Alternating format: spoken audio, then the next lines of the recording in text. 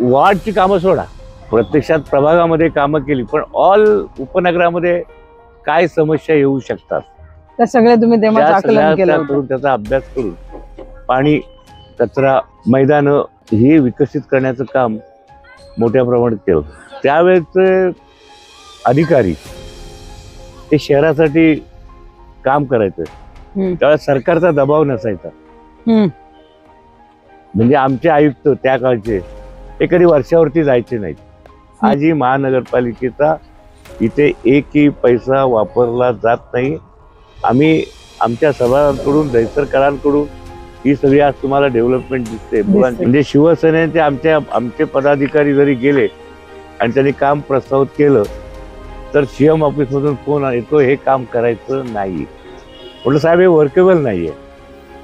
शिवसेना प्रमुखांना सांगणारा मी असा शिवसेनेतला एक कार्यकर्ता होतो आणि ते तेव्हा ऐकून पण घ्यायचे आणि ऐकून घ्यायचे आणि माझ्यावर प्रेम करायचे. पण साहेब अरे होणार नाही म्हणजे काय. उद्धवजींनी शिवसेना वाढवली, जास्तीत जास्त 105 नगरसेवक बाळासाहेब नसताना आणण्याचा साहेबांनी विक्रम केला. आणि आम्ही दोघे ही एका कार्यक्रमात जाणार होतो. मी त्याला फोन केला आणि नंतर 10 मिनिटात फोन आला की फायरिंग. म्हणजे हा कधी आयुष्यात असा आमच्या कुटुंबावर प्रसंग येईल, काही कारण नाहीये.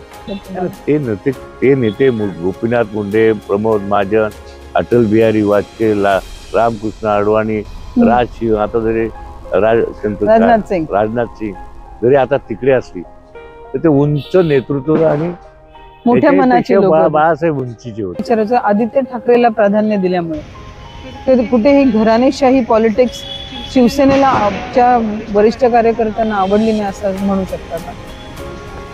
मी तसं म्हणणार नाही. त्यांना सक्रिय राजकारणात आणावं यासाठी आमची मागणी होती. आणि मला मातोश्रीवरून फोन आला, कुठे आहेत? म्हटलं गुजरातला. कशासाठी? म्हटलं साहेब निवडणूक लढवायला सांगितलं. कुणी सांगितली? उद्धवजींनी. अरे आपण हिंदुत्ववादी लोक आहोत, तुम्ही काय त्या मोदीला त्रास देणार आहात का?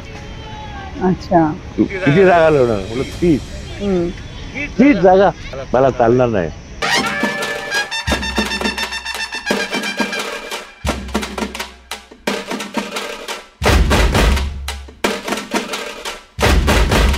एक चांगले उत्कृष्ट वक्ते, लेखक आणि शिवसेनेचे एक मुरब्बी नेता.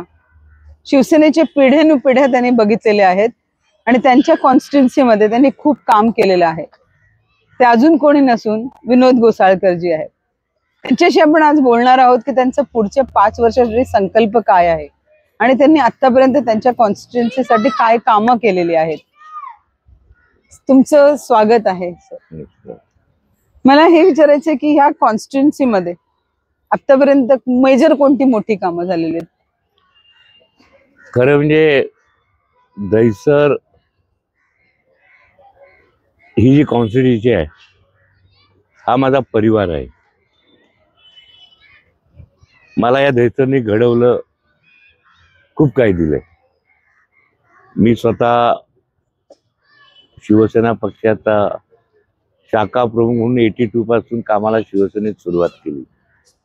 शाखा प्रमुख, नगरसेवक, उपविभाग प्रमुख, विभाग प्रमुख, शिवसेनेचा उपनेता, शिवसेनेचा संपर्क प्रमुख, असे विविध पदावरती कामं केलेली आहेत. मुंबई महानगरपालिकेचा नगरसेवक, आमदार, मुंबई म्हाडाचा सभापती, कोकण मंडळाचा अध्यक्ष, अशा प्रशासकाचा एक बाजूला अनुभव प्रशासनाचा आणि दुसऱ्या बाजूला संघटनात्मक बांधणी, अशा दोन्ही पायऱ्यांवरती मी काम केलेलं आहे. मी ज्यावेळा नगरसेवक झालो तेव्हापासून दहिसरमध्ये फार मोठ्या प्रमाणात बदल झाला. ज्यावेळेला मी 86ला नगरसेवक झालो त्यावेळेला पद्मनाभ भैया जे अतिशय चांगले आयुक्त होते कामाच्या बाबतीमध्ये, तिनईकर साहेब, गोखले साहेब, अशा विविध त्या काळच्या कमिशनरांच्या बरोबर काम करत असताना खूप मोठी डेव्हलपमेंटची कामं मला साधता आली. मी जेव्हा नगरसेवक झालो तेव्हा या भागातली दहिसरची शिवरेज लाईन बंद होती 10 वर्ष, आणि केवळ कॉन्ट्रॅक्टरनी 3 ठिकाणी चुका केल्या होत्या की लेवल त्याला साधता आली नव्हती. त्यामुळे कॉर्पोरेशन स्वतःच्या त्या कॉन्ट्रॅक्टर आम्ही ही घेणार नाही, आणि खर्चही मोठा होता ते लेवल करण्यासाठी. ज्यावेळेला मी हा आयुक्तांना स्टँडिंग कमिटी प्रश्न सांगितला तेव्हा दुसऱ्या दिवशी टेंडर काढून 86-87 ला ही शिवरेज लाईन चालू केली. मी त्यावेळेला घंटा वाजवून कचरा जमवायची स्कीम मी त्यावेळेला पद्मनाभ भयांच्या काळामध्ये केली. म्हणजे चाळीमध्ये खूप गल्ल्या असायच्या, बिलकुल, आणि त्या गल्ल्यातून इतका कचरा जमायचा आणि डस्टबिन ठेवायला जागा नसायची. अशा वेळेला लोक कचऱ्याच्या घंटा गाडी वाजवली की कचरा त्या डब्यात टाकून लोक रस्त्यावर. ही एक माझी, नंतर ती दत्तक वेचणीपर्यंत, आणि ते गाजलेली माझी त्या काळातली आता किती बऱ्याच लोकांना माहित नसेल. तिसरं माझं काम झालं मोठं ते ज्या वेळेला मुंबई शहरामध्ये कॉन्क्रीटचे रस्ते करण्याचा निर्णय झाला त्यावेळेला बांद्र्यापासून पुढचे रस्ते होते. उपनगरामध्ये अशा प्रकारचे रस्ते त्या प्रस्तावामध्ये नव्हते. अच्छा. आणि मी तिन्हीकरांच्या लक्षात आणून दिलं की साहेब, मुंबई दहिसर पर्यंत आहे, बांद्रापर्यंत नाही आहे. बरोबर आहे. तात्काळ त्यांनी त्याच मीटिंग मध्ये सांगितले 2 रस्ते मला द्या तुमचे, मी 2 रस्ते करतो. आणि आज जो दहिसर पूर्वेकडचा जो यशवी रोड कॉन्क्रीटन झाला त्याला 20-25 वर्ष झाली, 30 वर्ष झाली. टनेल आणलं. ज्या वेळेला पूर्वी दहिसरमध्ये लोकवस्ती कमी होती आणि त्यावेळेला रिझर्व्हायर आमचं नॅशनल पार्क मध्ये होतं. एक रिझर्व दुसरं, आणि आता सुद्धा काय, कधी आम्ही 4 वाजता पाणी देतो, कधी सकाळी 9 वाजता पाणी देतो, कधी रात्री 12 वाजता पाणी देतो. त्याचा मी अभ्यास केला की एका वेळेला का पाणी देऊ शकत नाही. तर नंतर माझ्या लक्षात आलं की ते भांडूप कॉम्प्लेक्स वैतरणात तांता धरणातून जे पाणी येतं ते भांडूप कॉम्प्लेक्सला येतं, आणि भांडूप कॉम्प्लेक्स नंतर ते शुद्धीकरण करून ते मुंबई शहराला दिलं जातं. त्यावेळेला ते एवढं बिझी असतं की एकदा सकाळला डिस्ट्रीब्युशन केलं का पुन्हा ती लेवल यायला 3 तास लागतात. मग 3 तासाने पुन्हा डिस्ट्रीब्युशन. बिलकुल. अशा वेळेला एक माझ्या टाटाचा रिपोर्ट हातात, टाटा रिसर्च केला होता की त्यांनी टनेल, मुंबईतले 9 टनेल सुचवले होते की जमिनीच्या खाली लाईन घालून त्याच्यातून पाणी द्यायचं. आणि जवळजवळ 1980ला मी 1980-90च्या दरम्यान माननीय शिवसेना प्रमुख बाळासाहेब ठाकरे यांना सांगितलं की मुंबई शहरामध्ये असं आहे. ताबडतोब तत्कालीन महापौर, त्या महापौर परिषद होती, तात्काळ तो प्रस्ताव पास झाला आणि 2005 साला ते टनेल इथं आलेलं आहे. म्हणजे वॉर्डची कामं सोडा, प्रत्यक्षात प्रभागामध्ये कामं केली, पण ऑल उपनगरामध्ये काय समस्या येऊ शकतात त्या सगळ्या तुम्ही तेव्हा आकलन केलं करून, त्याचा अभ्यास करून पाणी, कचरा, मैदान हे विकसित करण्याचं काम मोठ्या प्रमाणात केलं. मला हे सांगा, 86 म्हणजे आता जवळजवळ 37-38 वर्ष झालेली आहेत. ते 38 वर्षानंतर आता जर बघितलं तर तेव्हाच वर्किंग आणि आता मध्ये काय बदल? नाही, मला एक सांगावंसं वाटतं आपल्याला, त्यावेळेचे अधिकारी हे शहरासाठी काम करायचं, त्यावेळेस सरकारचा दबाव नसायचा. म्हणजे आमचे आयुक्त त्या काळचे ते कधी वर्षावरती जायचे नाहीत. आणि जर एखाद्या मंत्र्याला, एखाद्या मुख्यमंत्र्यांना काही सजेशन करायचं असेल ते महापौरांच्या माध्यमातून महापौरांना बोलवायचे. विशेषतः ही पता काँग्रेसवाल्यांनी खूप छान जपली होती. काँग्रेस महापौर साहेब आणि सांगायचे हे माझे 2 प्रस्ताव आहेत, तर हे माझं काम आहे.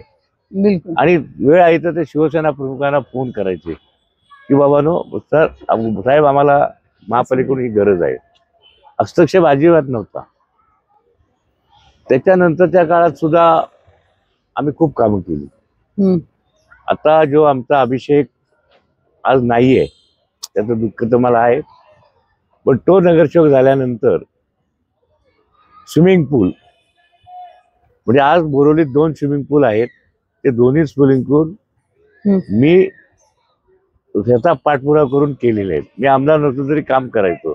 एक तर मागाटणीमधला स्विमिंग पूल आणि आता दहिसरमध्ये कांदरपाडा इथे झालेला स्विमिंग पूल, हे 2 स्विमिंग पूल 2 फायर ब्रिगेड ची दहिसरला एक आणि दहिसरला 2 फायर ब्रिगेड आणले. अनेक दहिसर स्पोर्ट्स हे जे आता मैदान आहे ते दहिसर स्पोर्ट्स फाउंडेशन आहे. हे स्वतःच्या लोकांच्या पैशातून त्यावेळेला आम्ही दहिसर स्पोर्ट्स आजही महानगरपालिकेचा इथे एकही पैसा वापरला जात नाही. आम्ही आमच्या सभासदांकडून दहिसरकरांकडून ही सगळी आज तुम्हाला डेव्हलपमेंट दिसते. मुलांची खेळणी दिसत आहेत, वॉकिंग ट्रॅक दिसतो आहे, पाळणी दिसत आहेत, खेळणी दिसत आहेत. हा हे आम्ही आमच्या लोकांच्या सहकार्याने आम्ही फाउंडेशन तिकडे झेन गार्डन आणलं. आम्हाला पूर्वी ड्रायव्हिंग लायसन्स घ्यायचं असतं अंधेरीला जावं लागायचं.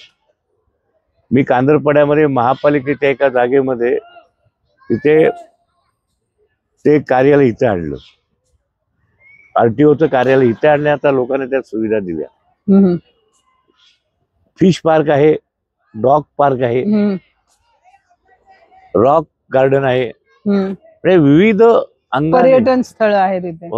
विविध अंगाने मी विकास या भागामध्ये केलेला आहे. आता थोडे प्रशासन हे घाबरतात. म्हणजे शिवसेनेचे आमचे पदाधिकारी जरी गेले आणि त्यांनी काम प्रस्तावित केलं तर सीएम ऑफिसमधून फोन येतो हे काम करायचं नाही. असं का? शिवसेनेला श्रेय जाईल. अच्छा, म्हणजे आता जे आहे ते फक्त श्रेय देण्याचं पॉलिटिक्स काम चालू आहे. चेक नाक्याला मी गेट बांधला होता, कुणी पाहिला असेल की नाही मला माहित नाही. तो आता तोडला गेला कारण मेट्रो आल्यामुळे. म्हणजे असं केवळ वाढ पुरतं मर्यादित ठेवलंच नाही.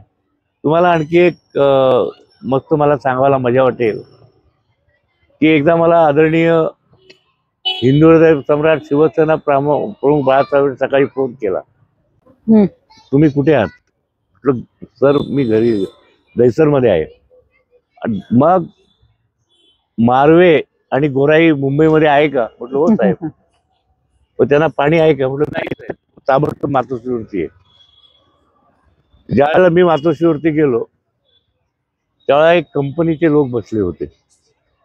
समुद्रातून पाणी गोडे करण्याची स्कीम. त्यामुळे बघा हे लोक आलेले आहेत आणि सुदैवानं तो माझ्याकडे रिपोर्ट होता. म्हटलं साहेब हे वर्केबल नाहीये. शिवसेना प्रमुखांना सांगणारा मी असा शिवसेनेतला एक कार्यकर्ता होतो आणि ते तेव्हा ऐकून पण घ्यायचे आणि ऐकून घ्यायचे आणि माझ्यावर प्रेम करायचे. पण साहेब अरे होणार नाही म्हणजे काय? म्हटलं साहेब समुद्राचं पाणी गोडे करण्यासाठी आपल्याला पर लिटर 32 रुपये खर्च येणार आहे. पण त्याचं 100 लिटर असतं. आणि म्हटलं ह्याचं डिस्ट्रीब्युशन म्हणजे गावं आहेत कुलवेम गोराई, ते डिस्ट्रीब्युशन आणखी लाईन टाकायला लागतील आणि त्याचं ऑपरेटिंग रोज चालू करणं, त्याचं मेंटेनन्स, हे म्हटलं फार मोठं खर्चिक आहे. मग तो तुझ्याकडे काय योजना आहे? म्हणजे समुद्रातून लाईन टाकलं म्हणजे कशी शक्य आहे? पण साहेब हा रिपोर्ट आहे. मग अडचण काय? म्हटलं कॉर्पोरेशनचं त्यावेळेच्या शर्वी गोखले नावाच्या कमिशनर होत्या, ऍडिशनल कमिशनर. त्यावेळेचे पॉप्युलेशन तिकडे कमी होतं. ओके. ते म्हणे 25,000साठी आम्ही 25 कोटी पैसे कसं खर्च करणार? आम्हाला तिकडून काय इन्कम सोर्सेस नाहीये. मग साहेबांनी काय करायला लागेल? म्हटलं गव्हर्नमेंटने अनुदान द्यावं लागेल. मग काय करायचं म्हटलं. रवींद्र माने त्यावेळेला विडी मिनिस्टर होते. म्हटलं रवींद्र माने साहेबांना सांगा की आम्हाला शासनाकडून निधी मिळाला पाहिजे. शिवसेना रवींद्र मानेला फोन लावला. म्हणजे मी विनोदला पाठवतोय, वेळ काही नाही, विनोदला पाठवतोय, चर्चा करा आणि ताबडतोब शासनाला गोराई आणि कुलवे मनोरी या भागासाठी पाण्याची लाईन सँक्शन करा. मी ताबडतोब रवींद्र मानेकडे गेलो, त्यांना समजावून सांगितलं. दुसऱ्या दिवशी शरीर गोखले ना बोलून घेतलं रवींद्र मानेने. त्यावेळी त्यांनी तेच वक्तव्य केलं. त्यांनी सांगितलं शासन तुम्हाला आत्ताच्या आत्ता तुम्हाला मी माझ्याकडून 5 कोटी देतो, तुम्ही प्रस्ताव बघायला सुरुवात करा. टेंडर झालं, प्रोसेस झाली आणि गोराईला लाईन समुद्रातून लाईन टाकण्याचं काम सुरू झालं. लाईन टाकण्याचा जेव्हा प्रश्न आला तेव्हा रामभाऊ नाईक केंद्रीय मंत्री होते, पेट्रोलियम मंत्री होते. त्याने असा प्रस्ताव दिला की आम्ही पेट्रोलियम मध्ये आमचा समुद्राशी संबंध आहे आणि आमच्या कंपनीला पेट्रोलियम खात्याला अशा प्रकारचे लाईन टाकण्याचा अनुभव आहे. तो सुद्धा एक श्रेयाचाच भाग होता. तर आम्ही टाकतो. त्यावेळेला रामभाऊनी लाईन टाकली. पुढचं जे काम आहे ते आम्ही पूर्ण केलं आणि भूमिपूजन उद्धवजींनी केलं. आणि आज कुर्वे आताची परिस्थिती अशी आहे, लाईन आहे, तलावात पाणी आहे, पण लोकांच्या घरात पाणी नाही. हे का होतंय सरकारची इच्छा नाही. याचं उत्तर महापालिका देऊ शकत नाही. ही आजची स्थिती आहे. मला एक सांगा, बाळासाहेब असतानाची शिवसेना आणि उद्धवच्या शिवसेनेमध्ये काय फरक आहे? अजिबात काही फरक नाही. उलट उद्धवजींनी शिवसेना वाढवली. आज जर उद्धवजींनी शिवसेना वाढवली, जास्तीत जास्त 105 नगरसेवक बाळासाहेब नसताना आणण्याचा बाळासाहेबांनी विक्रम केला. आमदार आमचे वाढवले. त्यामुळे संघटनात्मक जे काम बघा, त्यांचा स्वभाव वेगळा होता, यांची स्वभाव वेगळा आहे. पण बरेच लोक शिवसेना फुटण्यासाठी उद्धवला दोष देतात, तर ते किती खरं आहे? मला वाटत नाही तसं. ज्या वेळेला माननीय शिवसेना प्रमुखांचं निधन झालं त्यावेळेला दिल्लीमध्ये एक मीटिंग झाली आणि हिंदुत्वाचे वाटेकरी कोण, तर शिवसेना आणि भारतीय जनता पक्ष. आज बाळासाहेब नाही आहेत. बाळासाहेब हे असं व्यक्तित्व होतं की देशात तर भारी होतं, पण जग पाकिस्तानाला सुद्धा इशारा देण्यात होते. पण आता शिवसेना प्रमुखांनी मला इथे तुम्हाला थोडस हे करायचं, थांबायचंय. शिवसेना ही हिंदू हृदय सम्राटांची होती. आत्ताची जी शिवसेना आहे ती मुसलमानांना खूप जवळ घेऊन अल्पसंख्याकांना आमिष दाखवण्यामध्ये जास्त बिझी, असं लोकांचे आक्षेप आहेत. तर त्याच्याकडे तुम्ही कसं बघा? हे मत अतिशय चुकीचं आहे किंवा हे पसरवलं गेलेलं मत आहे. हिंदुत्व आम्ही सोडलेलं नाहीये. हिंदुत्व आम्ही सोडलेलं नाहीये. पण ज्यावेळेला हे चित्र कधी निर्माण झालं, तुम्ही बीजेपीतनं बाहेर पडलात, ज्या वेळेला शिवसेना तोडण्याचा प्रयत्न केला. 2014 साला अचानक सांगितलं गेलं की युती तुटली. मी सुद्धा माझा सुद्धा त्यावेळेला पराजय झाला. मोदी लाट होती आणि मग आम्हाला कसं कमी करता येईल याचा त्यांनी प्रयत्न केला, पण शिवसैनिक हटले नाहीत. मोदी लाटेने शिवसेनेला खूप फरक पडला.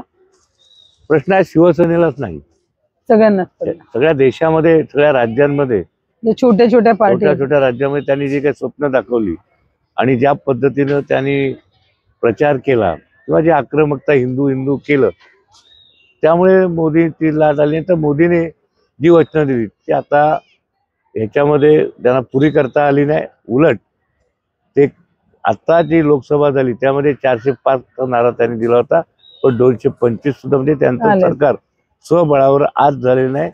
चंद्राबाबू नायडू आणि नितीश कुमार यांच्या ताकदीवरती सरकार चालू आहे.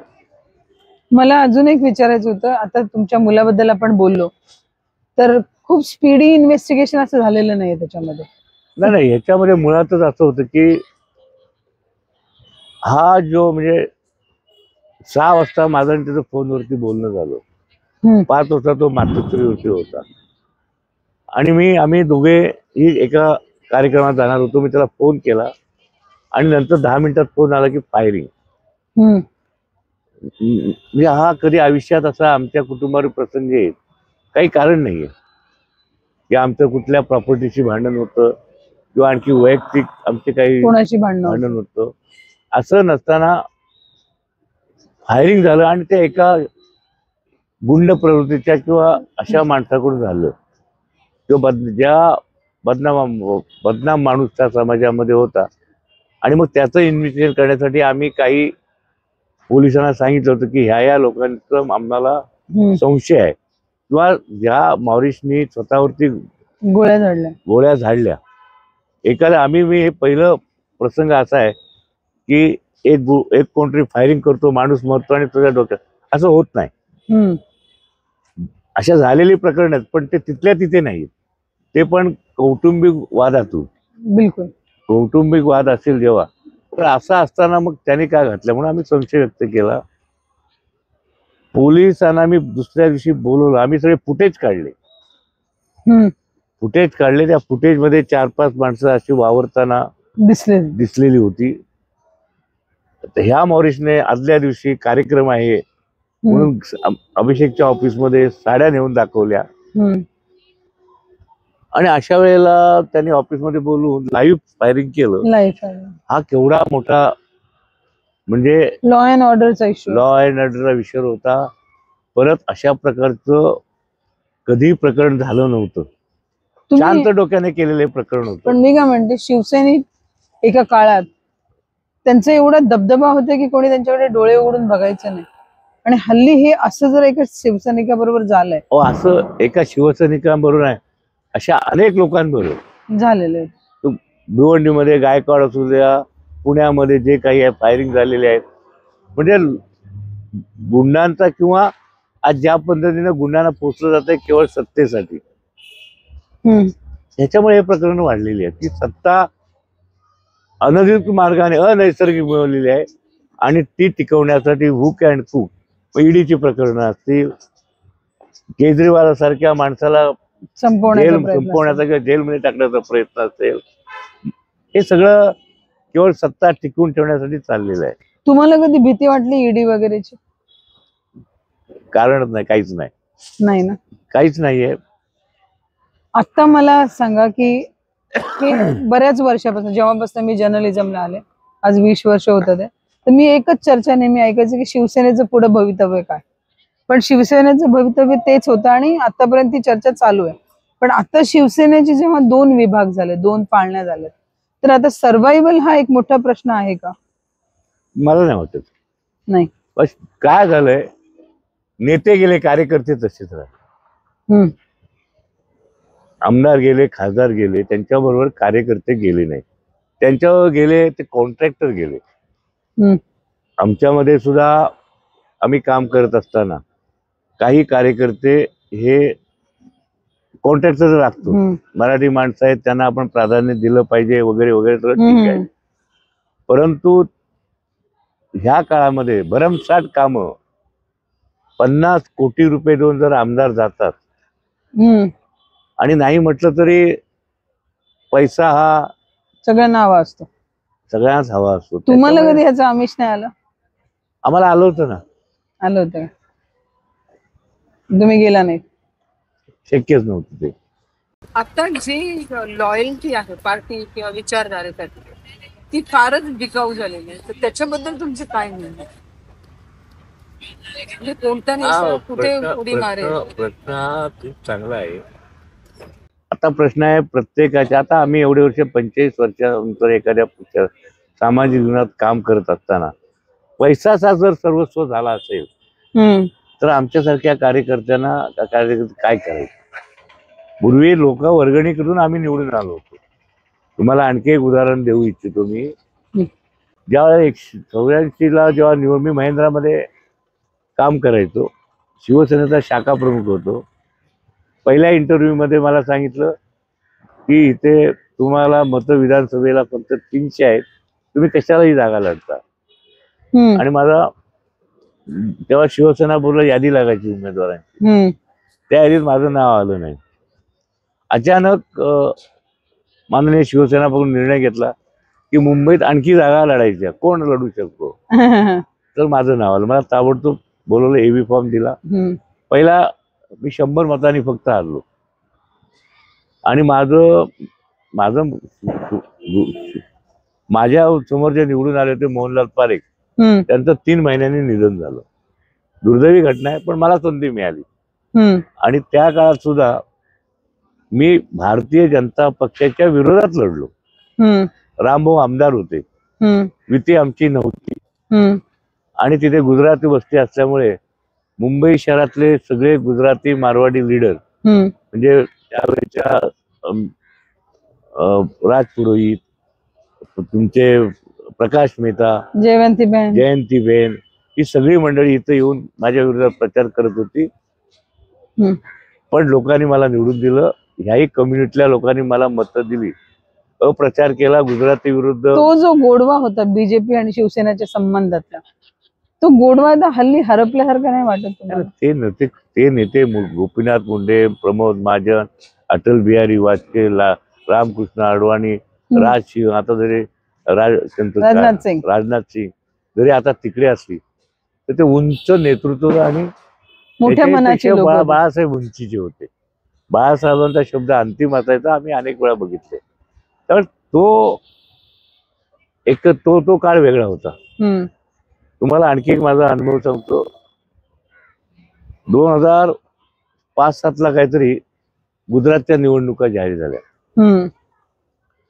आदरणीय उद्धवजी मला बोलत नाही, आपल्याला गुजरात इलेक्शन, कारण तिकडचे कार्यकर्ते आमचे आहेत, पक्ष आहेत, म्हणजे सगळे येतात, तिकीट मागतात, आपण लढवूया.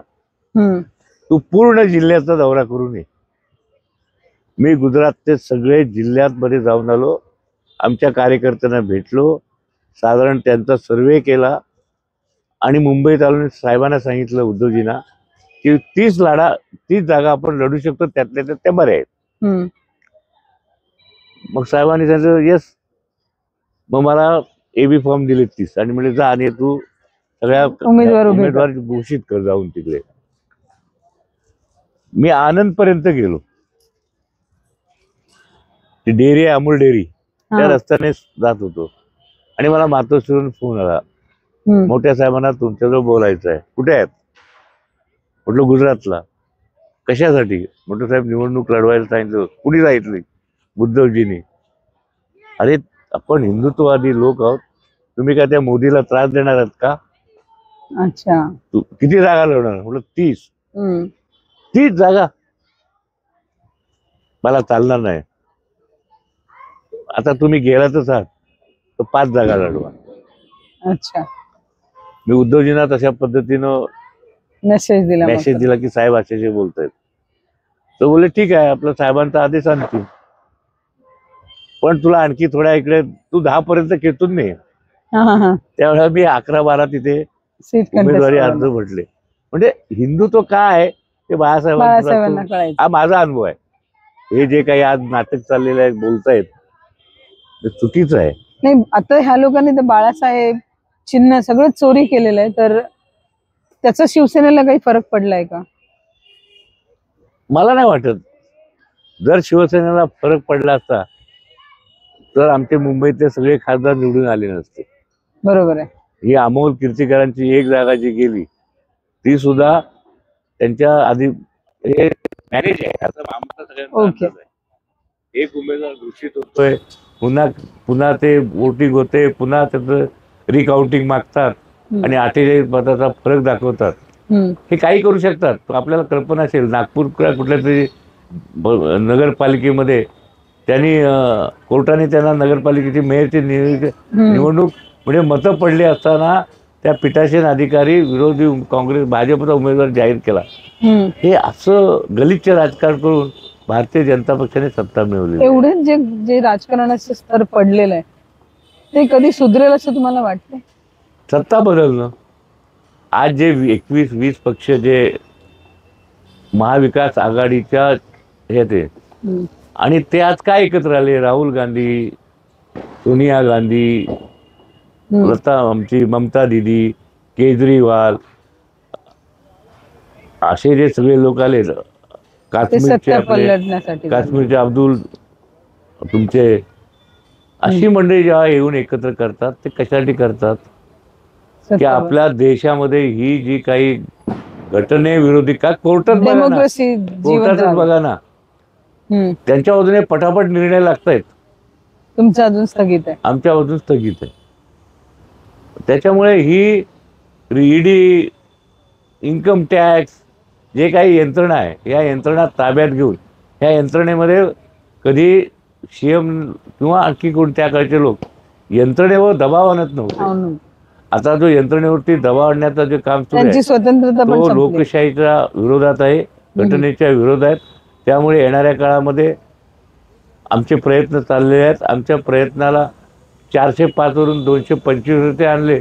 पुढच्या वेळेला आणखी 5 वर्षात आम्ही त्यांना 100 वरती आणू आणण्याचा प्रयत्न. असं आम्हाला खात्री आहे. मला हे सांगा, जे थर्ड फ्रंट येत आहे, तिसरी आघाडी बच्चू कडूंची, त्याच्याकडे तुम्ही कसं बघता? सगळी चांगली माणसं आहेत. आता त्यांच्याबद्दल ते का असे करतात, कधी इकडे कधी तिकडे, त्यांचा स्वार्थ साधतात.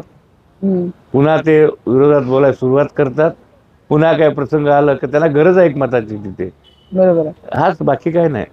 आणि आता जे येणारे जे इलेक्शन्स आहेत त्याच्यामध्ये शिवसेनेचं मेन मोटिव्ह काय? आता लोकांना कळलंय तिथे शेतकरी हवा दिला आहेत. त्यांना काही पाऊस पडतो, त्यांना ज्या काही योजना जाहीर करतात त्या त्यांच्याबरोबर पोचत नाही. आता ही लाडकी बहीणसारखी योजना छान आहे. एखाद्या महिलेला किंवा एखाद्या आमच्या भगिनीला 1500 रुपये देणं काय वाईट नाही. पण त्या 1500 रुपयापेक्षा त्यांना उद्योगधंदा, त्यांना स्वतःच्या पायावर उभं करणं, हे आमचं म्हणणं आहे की त्यांना पायावर उभे करा. सरकारचे हजारो करोड रुपये त्याच्यामध्ये टाकू नका, कारण ते त्याच्यातून पुढे काय त्या महिलेचं सुद्धा कुटुंब सुधारणार नाही आहे. गुणरत्न सदावर्ते सारखे ॲडव्होकेट ज्यांनी त्याच्यावर न बोललेलं बरं, न बोललेलं बरं. काय एवढं शिक्षण घेऊन अशा पद्धतीनं वकिलाचा मी कशाला हो, त्याची सनद काढली. कधी मला ऐकण्यात आलं होतं की सनद काढली कुठल्या तरी मॅटरमध्ये. आता आहे की नाही मला माहित नाही, परंतु सनद आहे त्यांची, आहे. पण त्यामध्ये कुठल्या तरी एक प्रकरणामध्ये लक्षामध्ये, त्यामुळे हे चुकीचं आहे. सदा गुणरत्ने हा कुणाचा तरी सुपारीबाज आहे. पूर्वी होते सुपारीबाज. पण महाविकास आघाडी जेव्हा सत्तेत होती तेव्हा खूप असे म्हणजे खूपच डिस्टर्बन्सेस झालेले होते, अस्थिरता आणले गेलेली होती. कुठले तरी इश्यू घेऊन नॅशनल इश्यू बनवले होते. उद्धव ठाकरेंच्यावर खूप अटॅक होत होते. तर ते सगळं जे अचानक ही सरकार आल्याबरोबर थांबलेलं आहे, तर त्याचा तुम्हाला कुठे राग येतो का? की तुम्हाला वाटतं का की हे विनाकारण आमचं सरकार पाडणार? नाही, हे असं आहे की ज्या वेळेला मी पण त्यावेळेला म्हाडाचा चेअरमन होतो, अतिशय चांगलं चाललं होतं. एवढे उपद्व्याप करण्याची गरज नव्हती. की त्या दिवशी आमचे संजय राऊत साहेब आणि आमचे कोल्हापूरचे जिल्हा प्रमुख हे खासदारसाठी लढत होते. मी त्या सभागृहात होतो. आम्ही त्या मतदानावरती पूर्ण लक्ष ठेवून होतो. आणि जे आम्ही त्या अंधेरीच्या हॉटेलमधून होतो तिथून निघालो, मतदान करायला आलो, त्यावेळेला आम्हालाही कुणकुण होती की काहीतरी शिस्त आहे. उद्धवजींनी सांगितलं मतदान झाल्यावर सगळ्यांनी 3 वाजता शिवसेना पक्ष कार्यालयात या. तिथे आले सगळे, तिथेही आले. आणि नंतर काही आमदार हे पहिल्यांदा 7-8च निघाले. बिलकुल. आणि नंतर एक स्फोट झाला की हे आमदार शिवसेनेतून फुटून पडले. पण हे किती खरं आहे की उद्धव आपल्या कार्यकर्त्यांना वेळ देत नाहीत, लक्ष देत नाहीत? असं आहे ना, आता मी निवडणूक लढतोय, किती लोकांना भेटणार हो? बरोबर आहे. आज मी सकाळी 7 वाजल्यापासून बाहेर पडलो, आता 7 वाजले. काही जरूर चांगल्या कामासाठी भेटावं, पण काही उगाच ते विषय घेऊन ज्या पक्षाच्या हिताचे नाहीत किंवा कायद्यात न बसणारे विषय आहेत आणि त्यांची प्रकृती. आदित्य ठाकरेला प्राधान्य दिल्यामुळे कुठेही घराणेशाही पॉलिटिक्स शिवसेनेला च्या वरिष्ठ कार्यकर्त्यांना आवडली नाही असं म्हणू शकता का? मी तसं म्हणणार नाही. त्यांना सक्रिय राजकारणात आणावं हम्म. यासाठी आमची मागणी होती. अच्छा, शिवसैनिकांची आमचीच मागणी होती. उद्धवजींना ज्यावेळेला आम्ही पहिलं महाबळेश्वर, साधारण मला वाटतं महाबळेश्वरच्या शिबिरामध्ये हम्म. आम्ही उद्धव ठाकरे, आदित्य राज ठाकरे साहेबांना हम्म. प्रस्ताव देऊन आम्ही नेते केले त्यावेळेला. हम्म. त्या शिबिरात मी होतो आणि त्या प्रस्तावामध्ये माझी पण सही होती. मी त्यावेळेला विभाग अच्छा. प्रमुख होतो मुंबईतला. त्यामुळे आता माझा मुलगा आला राजकारणामध्ये, माझी सून राजकारणामध्ये आली. तर आता आपण जर यावेळेस पण बघितलं तर सगळ्यांची मुलं, सुना, बायका आहेत पॉलिटिक्समध्ये, तर नवीन चेहरे कसे आणू आपण? नाही, प्रश्न तसं नाही आहे. प्रश्न असा की माझ्या मुलाला ज्यावेळेला तिकीट द्यायची होती महापालिकेची, मी आमदार होतो, आमच्याकडे त्यावेळेचा 1 नंबर वार्ड, म्हणजे आत्ताचा 1 नंबर वार्ड, हम्म. तिथे सिच्युएशन अशी होती की शिवसेनेचा उमेदवार कधी निवडून आला नव्हता. हम्म.